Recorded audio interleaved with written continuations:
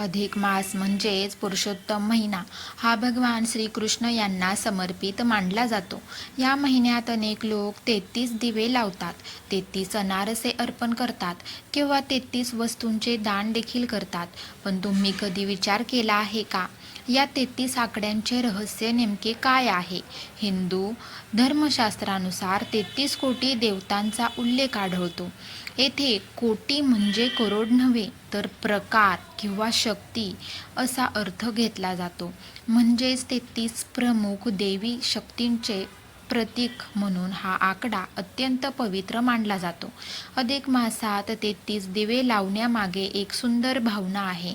असे मानले जाते की या दिव्यांच्या प्रकाशामुळे घरातील नकारात्मक ऊर्जा दूर होते आणि सुख समृद्धी येते. विशेषतः संध्याकाळी तुळशीसमोर किंवा देवघरात दिवे लावल्यास भगवान श्रीकृष्ण प्रसन्न होतात, अशी श्रद्धा आहे.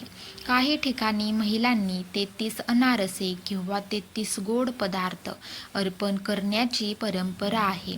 यामागचा उद्देश म्हणजे कृतज्ञता, दान आणि भक्तिभाव व्यक्त करणे. अधिक मासात केलेले दान, जप, पूजा किंवा सेवा यांचे पुण्य अनेक पटीने वाढते, असे धार्मिक शास्त्रात मानले जाते. पौराणिक कथेनुसार अधिक मासाला इतर महिन्यांप्रमाणे मान सन्मान नव्हता. तेव्हा भगवान श्रीकृष्णांनी या महिन्याला पुरुषोत्तम मास म्हणून गौरव दिलेला आहे. म्हणूनच या महिन्यात केलेली छोटी सेवा देखील विशेष फलदायी ठरते. आजच्या काळात अनेक लोक फक्त परंपरा म्हणून हे सर्व करतात, पण त्यामागील आध्यात्मिक अर्थ समजून घेतला तर श्रद्धा अधिक दृढ होते. 33 हा आकडा केवळ संख्या नसून श्रद्धा, भक्ती आणि दैवी ऊर्जेचे प्रतीक मानले जाते.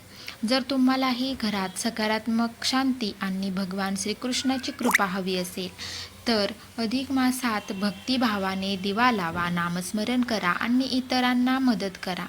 कारण खरी पूजा ही मनापासून केलेल्या भक्तीत असते.